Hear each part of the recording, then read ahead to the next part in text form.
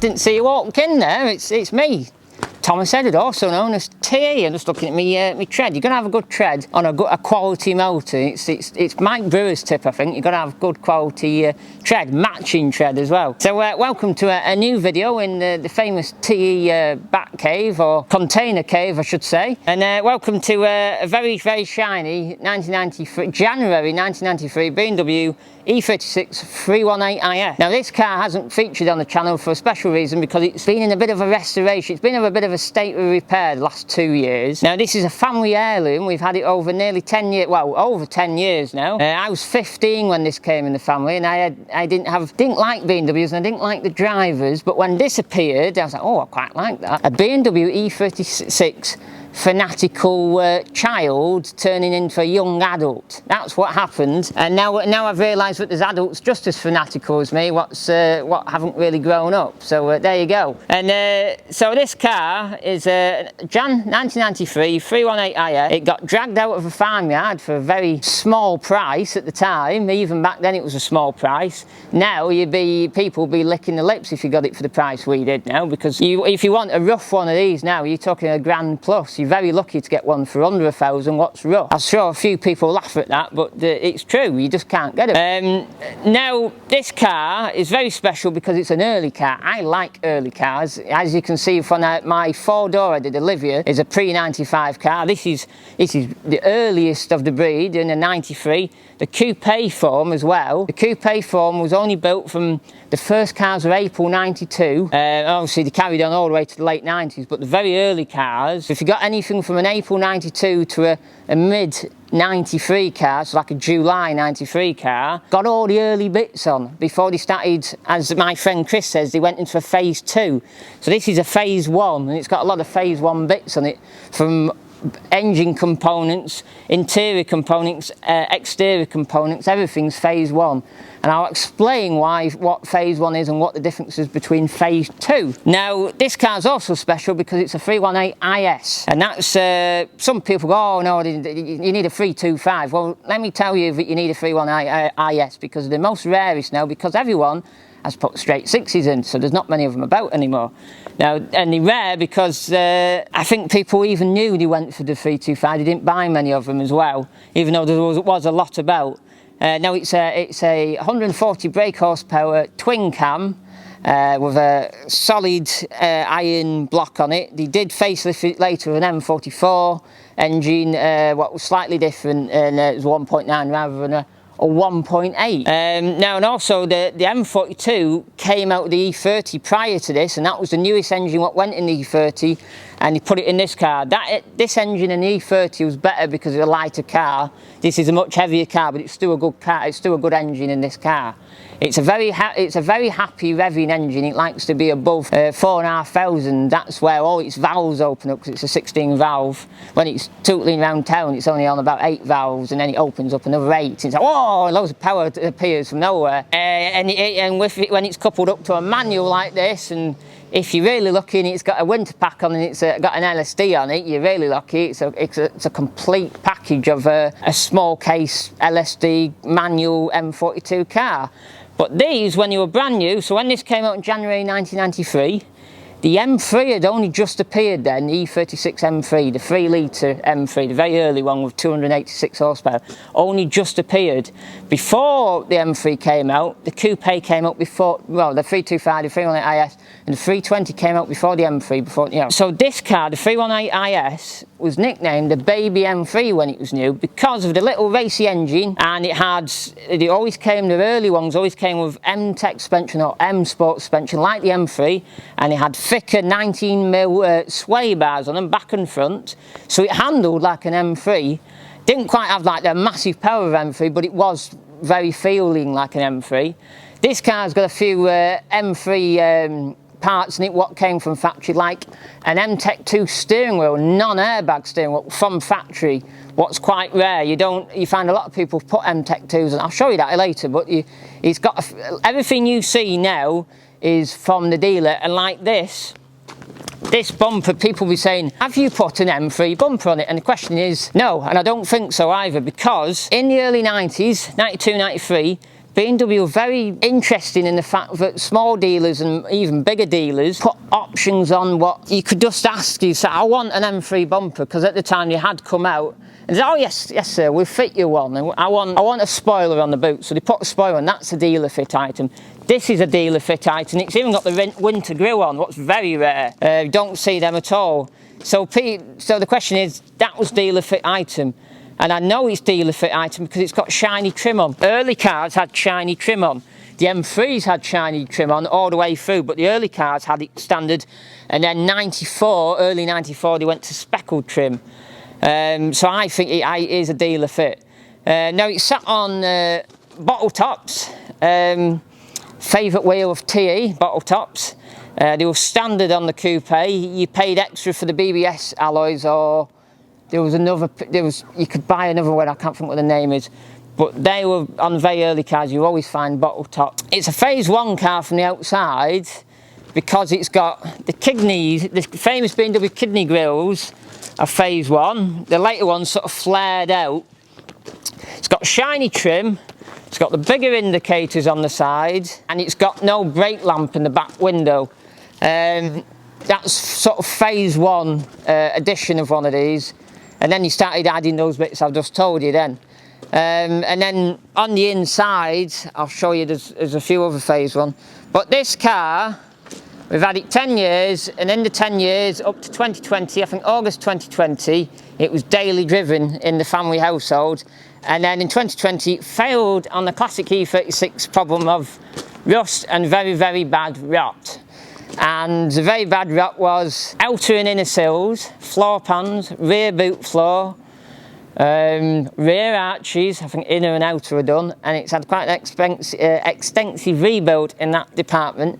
Now it still doesn't look as mint. You're probably thinking, you've done all that and it's not even had a respray, and the question is, it's had half of a respray because kind of ran out of money, and I've put it as that, you know. And so next year it's got to have its bonnet, its roof, and its boot sprayed, and then I think the wings might need a bit of attention as well. They're just going on the top, and it'd be a mint car. Every year we do the shows in it, but next year it should be even minter. So that'd be good. And it was daily driven, and we've gone from finding these in scrapyards and getting lots of bits off them to not finding them in scrapyards and going to like Paul Glover and Shrewsbury to get bits for it. It's so rare to get certain bits for it. So we've just bought a sunroof for it. It's extremely hard to get a coupe one. That's actually currently in the body shop getting sprayed because we're going to fit it in one lump. And there's other bits. There's a few bits we've got to rebuild this winter. That door card's got to rebuild. Classic E36 problems, and it needs a bit of engine work. And we've got at home, actually underneath a bed, we've got a diff cage, a whole set of OEM bushes from Bmw, and we've got our friend Chris has got us a new small case diff. And we're going to have all the back end rebuilt by Paddy. Paddy's going to rebuild one of BMW specialists. He's going to rebuild all the back end, and he's going to do a bit of engine work on it. Maybe this year, beginning of next year. We've got to get our other BMW E36 one you might have seen before out the way. We've got to get it for an MOT and into storage, and then we're going to concentrate on this because we're just talking that we've got too many cars as per usual, and pre-2021 when it was sort of the main car in the household and the family, and now it's sort of been not necessarily shoved to the back of the pile, but it has in a way. That's, you know, it has been running it. We have done 5 shows in it this year, the last being Holton Tower. So it needs to go out every day. So today is November, can you believe? It's very sunny. It's actually going down. Sun's going down the TE. It's very dry. We've just like, right, get it out. Let's get this video done because we're not going to get a video done on it. And we don't take it out in the rain these days. It sits under its cover. It needs to be in a garage really, but we're a bit stuck for garage space. So it sits under a really good cover. We've actually bought a new one because the cover's actually going off a bit. But before it goes too down, let me show you around it a bit more. It's lovely. All the sills are really nice now. These had big holes in them, August 2020. All been cut out and all done and all sealed, and it's all got lots of gunk in the sill so it won't rot again, hopefully. See on these torches, it's got a big hole there. It's quite weak. And on these, there is a common area for these to go, and the common areas on the arches as well. They all go along there. And that's on both sides, that is, driver's side and passenger side, and the arches need doing. So we finally found a body shop who will weld us up put some new sills and some new arches on it. So you really know. There's bits of rust along there as well, and then all the way along the arch. And it actually needs, the rear boot well needs welding up as well. But it's all going to get sorted. That's why we're keeping it out bad weather, I should say. Now you can see on here that the roof is knackered, that's getting resprayed, the boot's getting resprayed, the spoiler's getting resprayed, and the bonnet's getting resprayed because it's completely shot. This was machine polished by me this year. No, back in the last year it was polished by me, but that's the most you're going to get out of it. It needs a respray now. Other early feature as well, the shiny trim on the side. The trim on the side doors are shiny, and the door handles are shiny. Very rare, that is. And you can see they flake off and they go bad, so they need sorting out there. You do. So in here, minus this bit down here, they're getting rid of very soon. I'm going to sell them. That was many years ago when they had original sill covers on what were chrome strips. We got these because they're really cheap because I was knackered, but now they just look completely chavvy and they need to be on an M3 and not an IS. So they all get sold soon, and we've got some original sets to put on them. It's got a nice leather interior, lovely door cards. They are going slightly, they do go in the sun eventually, they peel away. It's got SE seats in it. What are they hold you more. There's a bit of a difference. People say, oh, SE seats are like Vader's, but these are proper SE seats, and standard non-SE seats are leather but very flat. But these have got big bolsters on them, and it's black leather. When do you ever see an E36 Coupe with black leather? It's actually quite hard to see now. Original overmats. It's got an armrest in it. It's got original radio in it. It's got an MTEC 2. I'll show you that when we go on the other side. But early, when I was on about Phase 1 features, in the interior, the Phase 1 interior feature is that. And it's for your glove box, and it's a switch where the Phase 2 went to a button. This is like a proper switch.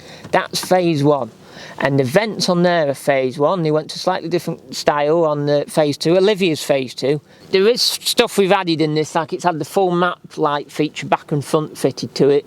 It should have a dome, and it should have domes in the back, but we fitted them when they were in the scrapyards all the time. And it's got nice leather seats in the back, in there. You can see the papers from when we do classic car shows, that has all the information about the car.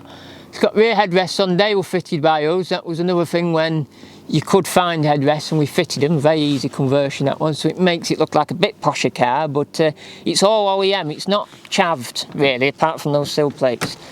There is a chav something around the back, but I'll explain that in a minute. Now, round the back, it's got an SE back bumper on it. And in the early 90s, when I said you could have a dealer fit M3 bumper, they didn't really do a full kit. They just sort of give you the front bumper but didn't give you the back. So I've seen very early cars with an MTEC front and also an Alpina front, but they never did anything with the back. So it's got no sill covers and no M3 back on it. It's just a standard SE trim. It's got a spoiler on, that's dealer fit. Early spoiler. People always thought they came from the factory, but they came from the factory with no spoiler, and the dealers did a really poor job of fitting them. They just like cut holes in the back and shoved screws in them, so you end up sticking them on with Sikaflex. Now the chav thing at the back here, it has a twin pipe on. It was put on about 4 to 5 years ago, and now it looks ridiculous and we don't actually like it. We put it on because the old exhaust was completely rotten, and at the time it was just easy to buy this, what was local. Does sound well, as I can put an insert now.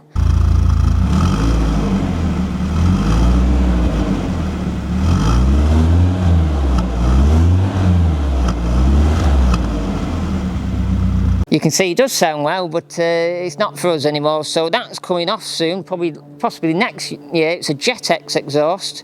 It's very hard to get a 318IS stainless exhaust now, so that will get snapped up straight away by maybe a chav or maybe a boy racer, who knows. But that was getting sold. We're getting original exhaust on it, and I've just bought off a lad off Facebook a single pipe surround diffuser, where this is a double straight 6 twin pipe diffuser. So we can sort that out. Nice shiny trim at back. This bumper did get sprayed in the refurbishment because the body shop said, oh, it's so faded, it looks wrong, so we've sprayed that, and that bit's being sprayed, but obviously that's going to be sprayed, but it's not going to be sprayed because our good friend Chris, yeah, has a new boot and spoiler, so that's going on. And it did have a very long time ago, it didn't have a tow bar. It did used to tow trailers, and it used to work for its living, this car. It was a working car, and we've towed lots of wood in it and all sorts of stuff, a few chairs and that.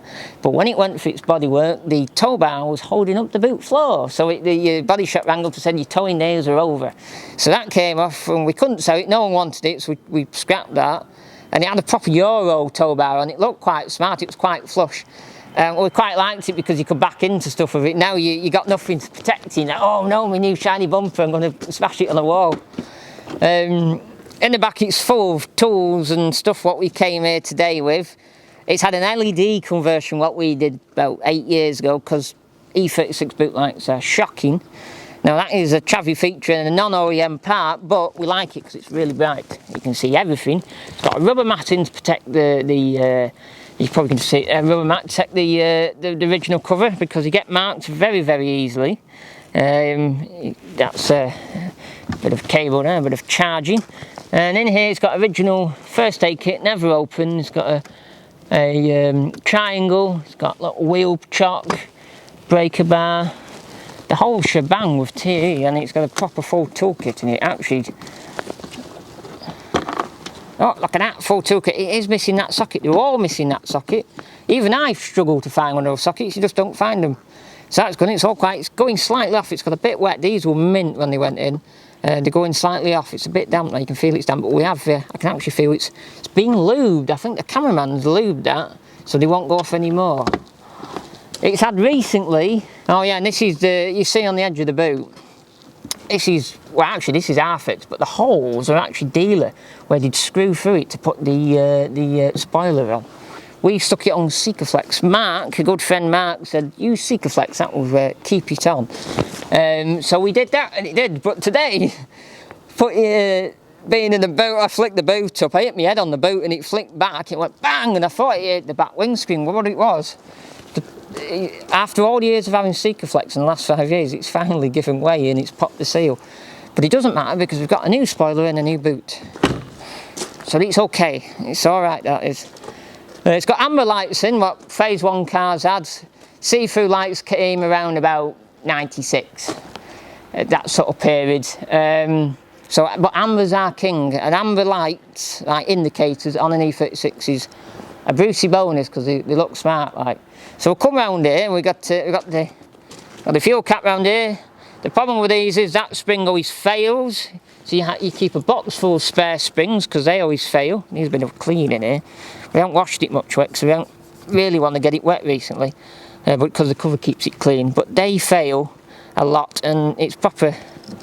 Oh, E36, so you can put that in there. Like that, so when you're fueling up you don't have to put that on top of something and scratch your paint or leave it behind.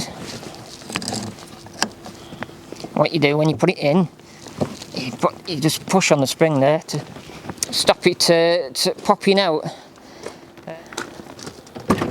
Here's the driver's side. The door card is coming off, that is a job we got to fix. It's the body shop what's ruined that. They pulled it off wrong and it's all gone a bit, you can see the original clips there, it needs rebuilding. And I could go into very much detail about this, but that is very early car feature. And they've got a bung there what you can pop your cover off on your door handle. And the later cars, this cover went right down here. And now another early feature on this car, let me go back, has a door drop feature. Comes down, it goes down. Now in early cars, that switch for that is in there, and on later cars, it went to the actual hinge. What are actually better, you can fix them better. The ones that are in the door are a bit of a faff because they're actually in the actual lock of the door.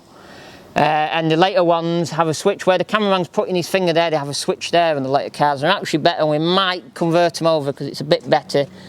But we'll see. At the moment it's working, touch wood, it's working. It does have, when it gets damp, this window won't drop and it will bounce, the windows will bounce. And also this door, we don't really put the window down too far because it needs adjusting, otherwise you lose it in the bottom of the door. There's a big bar in there and you can adjust the window. And if the window, it's really fussy, the window, if the window's slightly out of kilter, it won't like it, it won't come back up or go back, go down. So that's this winter's job, that is. Now this side, and also, and the cameraman's just pointed out because I'm thinking way ahead here, the window motors are 6 volt, where the later ones obviously 12 volt, and it got a transformer on, they're very rare, you can't get them. We might have a chance of getting some off Chris, unless Chris wants to keep them. I have a good friend who collects these.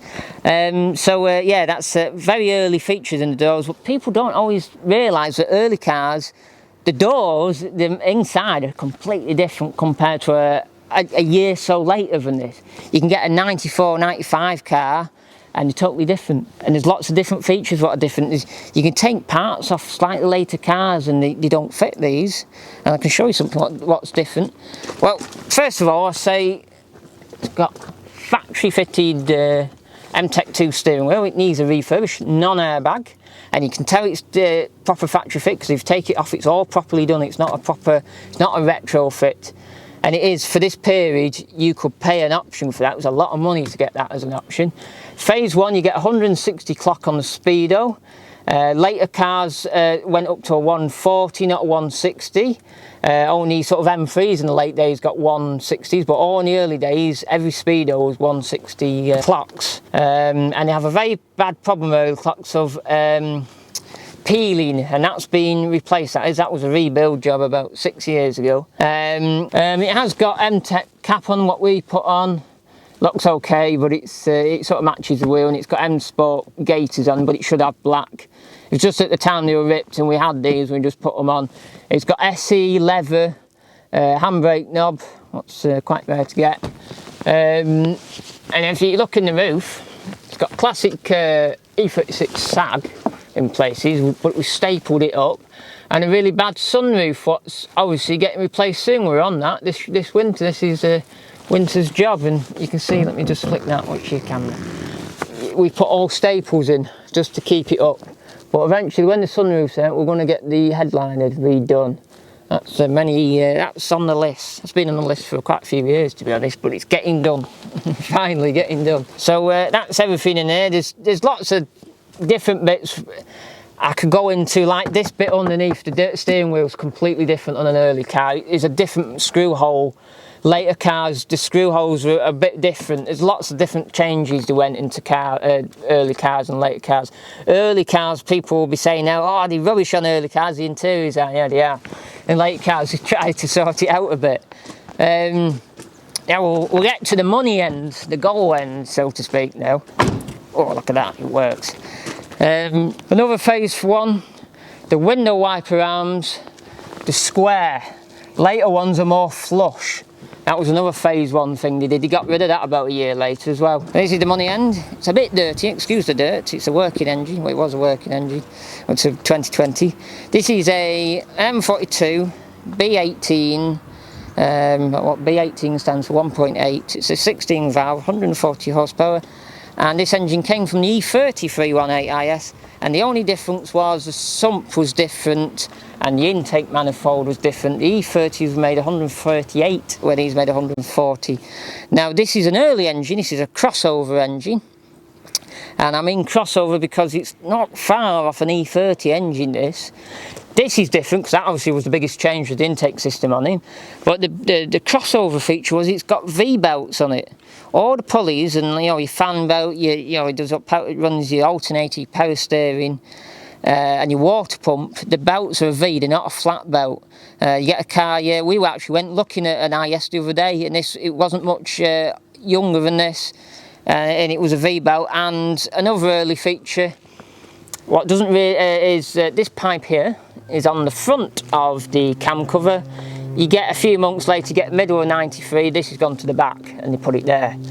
Now another early, this is on all E36s, not ISs, not E30s I should say.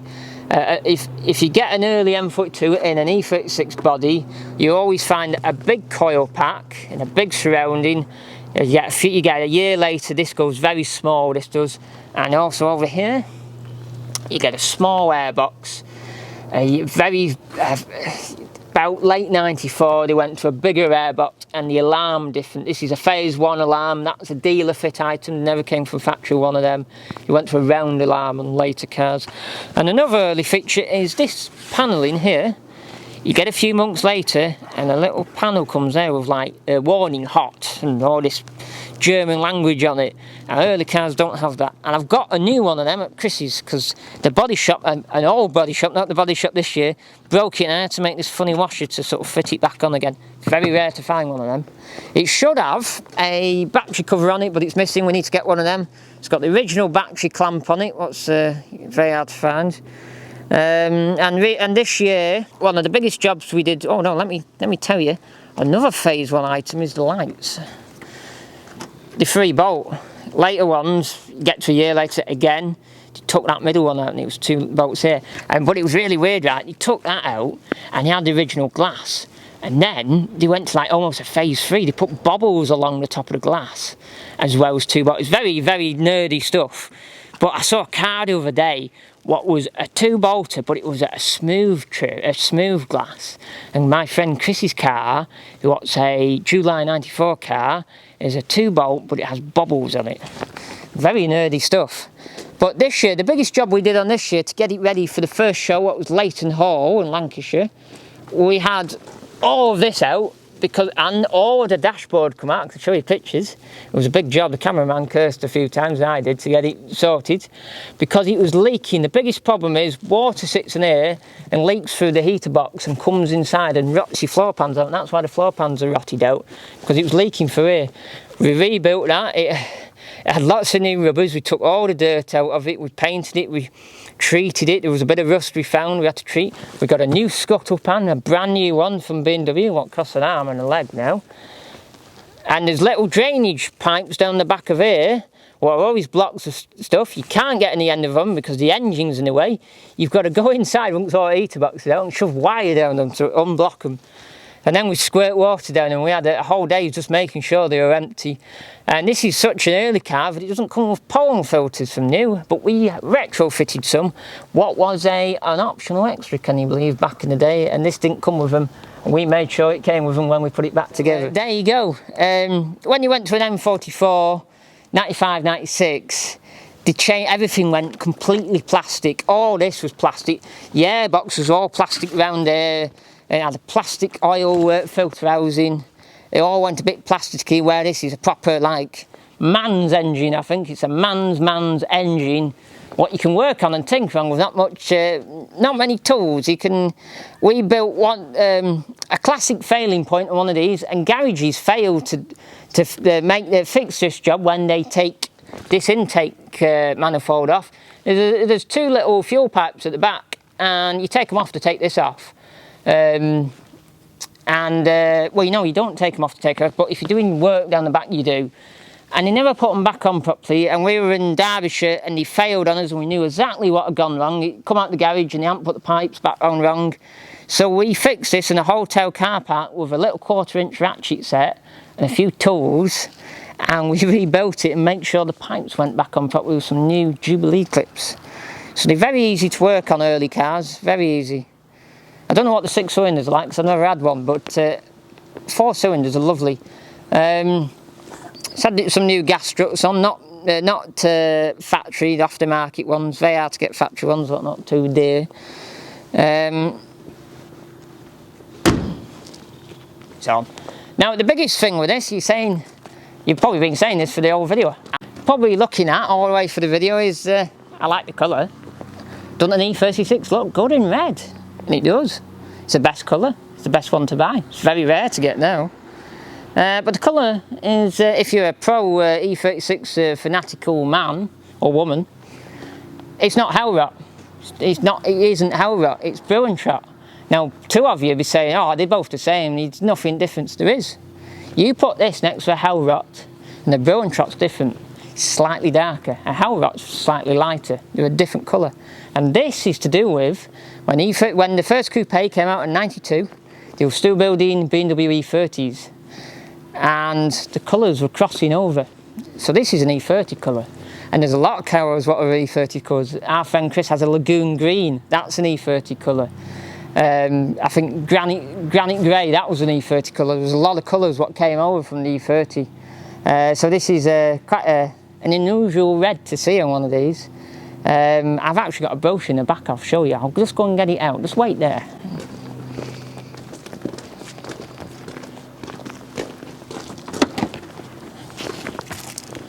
So, if you're an E36 enthusiast, you always have a drawer full of brochures. I do. They're all under my bed. I've all spent too much money on them on eBay. So here I've got, that's a 93 brochure, that's a 92 brochure. I'm putting them on the bonnet because the bonnet needs respraying. So this is 92 because they're all on K Reggies. A nice silver one there. There you go, that's a bow and trot colour with the BBSs, the upgraded BBSs. Now these are both, that's the non-SE. It looks flat. The back seats this looks very flat. That's a non-airbag sports wheel, but what's not an M3. And see phase 1 glove box there. So I won't show you this. I'll show you the other one. The other one's better. But this is what you get in a 92. That there. Let me just tell you. I think that's lagoon green.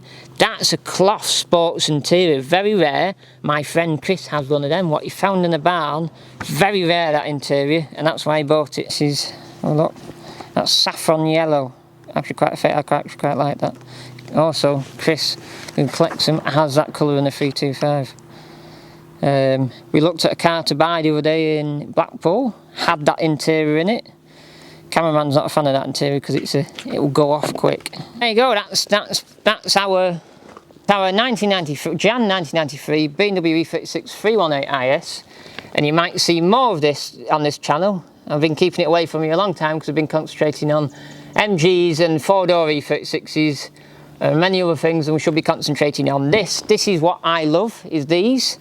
More than MGs, but I'll keep that quiet to myself a bit. But this is, I get very excited over one of these. And when we went and looked at that car the other day, the man says, I was quite interested in all the knowledge, you're well clued up on them. Because I was telling him because his car was very interesting spec.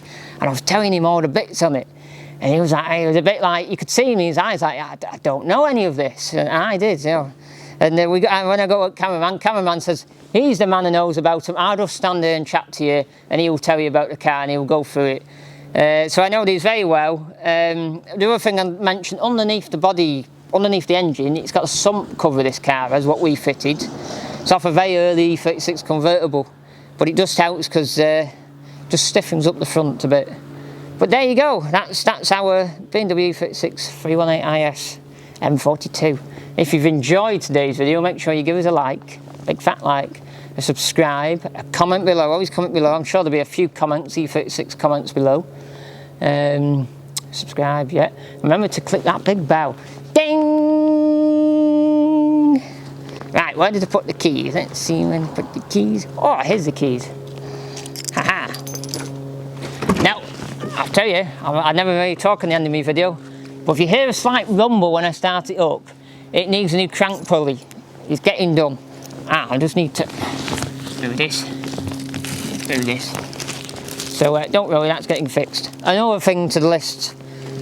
E36s are full of lists. You spend half of it driving it, half of it fixing it. It's a bit like owning an MG. That's probably why MGs appeal to me. I'll see you next time.